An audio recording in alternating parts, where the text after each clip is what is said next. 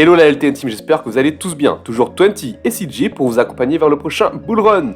Ce week-end, c'est la reprise de notre bonne vieille Ligue 1 et de nombreux autres championnats de football. Et nous, on est plutôt contents. Bonjour à tous, bonjour 20. Ça fait un peu hors sujet crypto quand tu nous dis ça. Tu comptes remplacer Denis Brognard à Téléfoot ? Ouais, c'est vrai, mais pas du tout. En fait, on est même en plein dedans. Rappelez-vous, lors de l'émission sur Terre Noire, dont vous trouverez le lien en haut de l'écran, nous avions annoncé que l'on ferait une émission sur un jeu utilisant la crypto le 5 août. Eh ben, on est le 5 août. Et aujourd'hui, on va donc vous parler de Sorare. Que vous soyez fan de foot ou non, vous avez peut-être déjà entendu parler du phénomène Sorare. Véritable licorne française et qui a d'ailleurs signé un partenariat avec la nouvelle icône du foot français et mondial début juillet, Kylian Mbappé, puis un peu plus récemment avec Zinedine Zidane. Alors, on vous le dit tout de suite, vous n'êtes pas obligé d'être fan de foot pour vous lancer dans Sorare, surtout que, comme vous pourrez le voir à la fin de la vidéo, un nouveau sport a fait son apparition, mais c'est quand même un grand plus d'aimer le foot. Alors 20, dis-nous, Sorare, qu'est-ce que c'est ? Eh ben, CJ, c'est un jeu de fantasy football qui a vu le jour en 2019. Dans ce jeu, vous achetez, vendez des cartes à l'effigie de joueurs de foot. Mais ces cartes, en plus d'être un objet de collection comme les cartes Panini, pour ceux qui ont connu, ont également une utilité car elles permettent de participer à des Game Week chaque semaine, un peu à l'instar d'un autre jeu très connu des fans de foot, Mon Petit Gazon. C'est là que le projet est vraiment intéressant car le but ici est de créer votre équipe de 5 joueurs. Vos 5 joueurs ont des notes qui leur seront attribuées suivant leur performance sur le match qu'ils vont jouer dans la vraie vie. Il y a donc même un aspect entraîneur-recruteur qui rend le jeu vraiment prenant.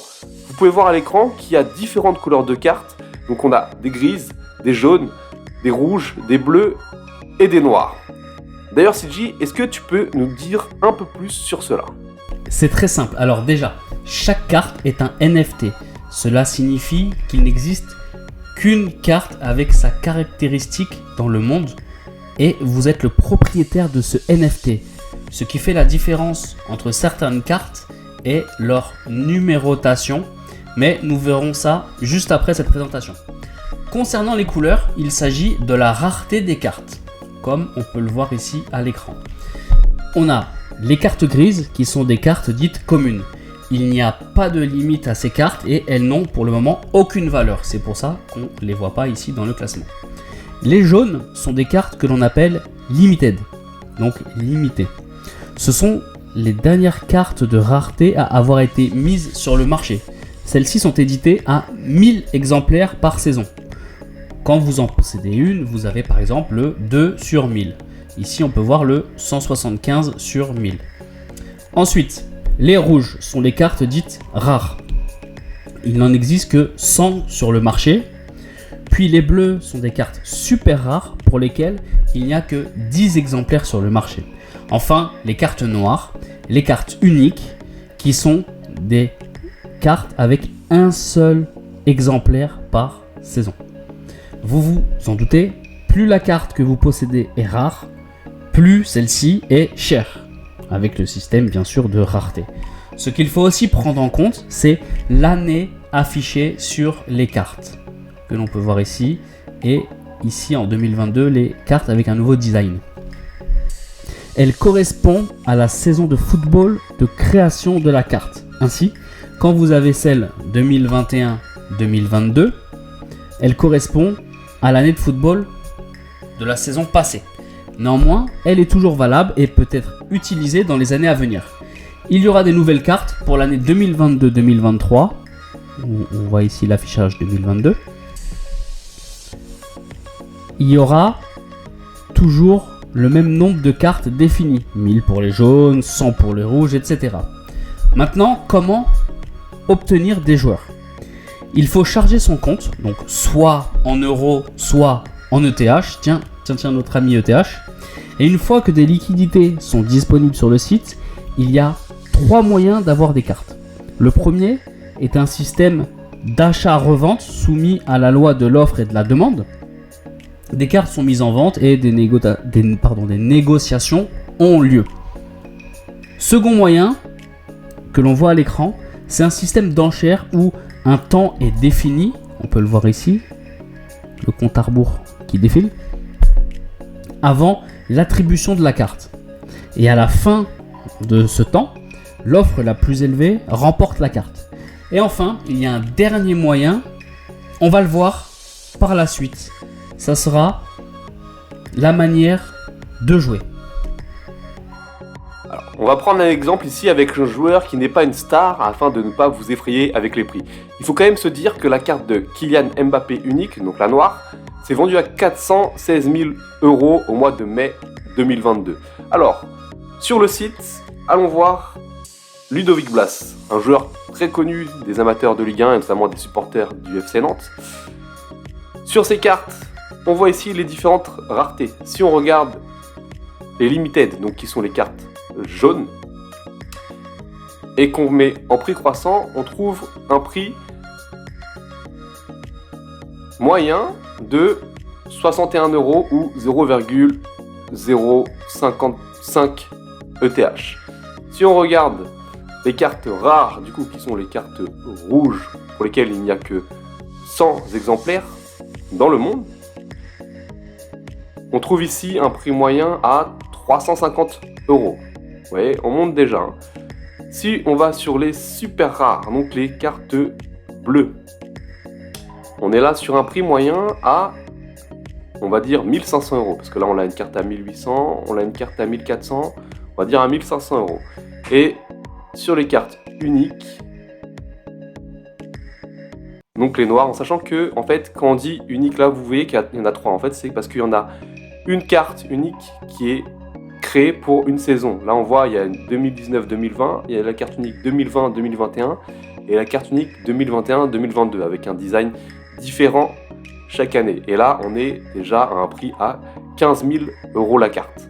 Ah oui, autre chose à savoir, il existe des compétitions pour chaque niveau de rareté. Ici, sur le site, on peut voir, là, on est sur les communs, mais si vous cliquez et vous développez, on peut voir limited, rare, super rare, unique et mix. Par exemple, si vous êtes sur unique, vous aurez des compétitions où vous ne pouvez utiliser que les cartes uniques avec des récompenses très hautes. Pourquoi ? À quoi ça sert-il ? Eh bien, ça évite que des joueurs ayant des cartes jaunes, par exemple, puissent prétendre aux mêmes récompenses que les joueurs ayant des cartes bleues ou noires et qui ont donc payé beaucoup plus cher leurs cartes. 20, tu viens de parler des récompenses. Merci pour la passe qui me permet d'enchaîner là-dessus. En effet, en fonction du nombre de points cumulés que votre équipe fera, vous pourrez obtenir des récompenses. Les cartes obtenues sont plus ou moins de grande valeur suivant votre classement, puis suivant la rareté de vos cartes. Et en plus, si vous êtes vraiment très bien classé dans le top 3 en général, vous aurez la possibilité de gagner une partie en ETH. Ça, c'est pour la partie jaune. Pour les cartes rouges, vous avez la possibilité de gagner des rewards si vous atteignez un certain niveau de points. En parlant d'ETH, on tient à préciser que nous faisons cette émission aujourd'hui car le jeu fonctionne sur la blockchain Ethereum. Et notre vision de la chose, au-delà de l'aspect ludique et de pouvoir faire travailler nos ETH, plutôt que de les laisser dormir sur notre ledger ou notre compte Binance par exemple. Il y a même plusieurs aspects du jeu qui nous permettront de faire gonfler ce bag en faisant de bons classements sur les Game Week comme dit plus haut, ou par exemple avec les cartes rares, il existe une division où à partir de 200 points vous gagnez 0,010 ETH et à partir de 250 points vous gagnez 0,020 ETH. L'autre moyen, c'est de faire de l'achat-revente en achetant des jeunes joueurs que vous voyez bien exploser par la suite, ou des joueurs en méforme ou blessés, mais dont vous connaissez le potentiel. Également, un bon moyen d'acter une plus-value est de vendre un joueur qui a de très bonnes notes et dont le prix augmente grâce à ses récents résultats. Dans cet hiver crypto, les NFT sont très touchés par la baisse que connaît le marché. Ainsi, il y a eu un grand désintérêt pour vraiment ce marché NFT. Peu peuvent se targuer d'une évolution. Sorare en fait partie. Il s'agit même des NFT connaissant le plus grand volume de transactions cette année. Sur le premier semestre 2022, ils ont connu une croissance de 200%.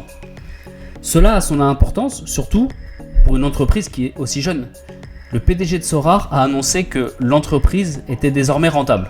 Et quand on sait qu'en moyenne, il faut 5 ans à une entreprise pour être rentable, mais surtout, l'expansion du jeu est en cours, mais aussi grâce aux différents partenariats qui ont été signés récemment.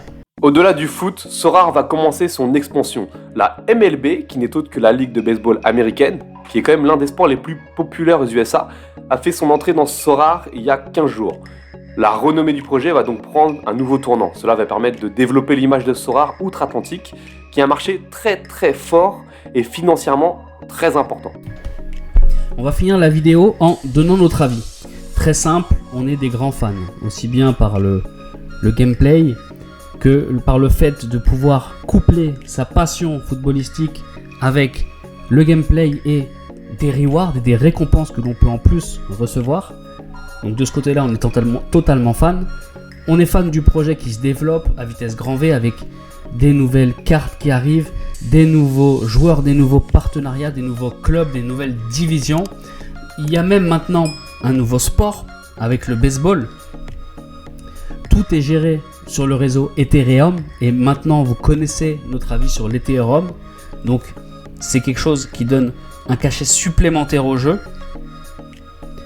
Ce qu'on pourrait voir avec l'arrivée du nouveau sport, ce serait pourquoi pas imaginer par exemple des cartes de joueuses féminines de football ou alors même un nouveau sport comme le tennis par exemple. En tout cas, nous recommandons fortement ce jeu. En espérant que vous soyez aussi passionné que nous par ce jeu, vous trouverez en description notre lien d'affiliation si vous souhaitez vous lancer dans l'aventure. Si vous avez des questions, n'hésitez pas à revenir vers nous. On est aussi en contact avec des experts Sorare qui nous aident à avancer. Donc vraiment, si vous avez des questions, n'hésitez pas. Ce sera avec grand plaisir que l'on échangera sur ce sujet. Sur ce, ciao la LTN Team!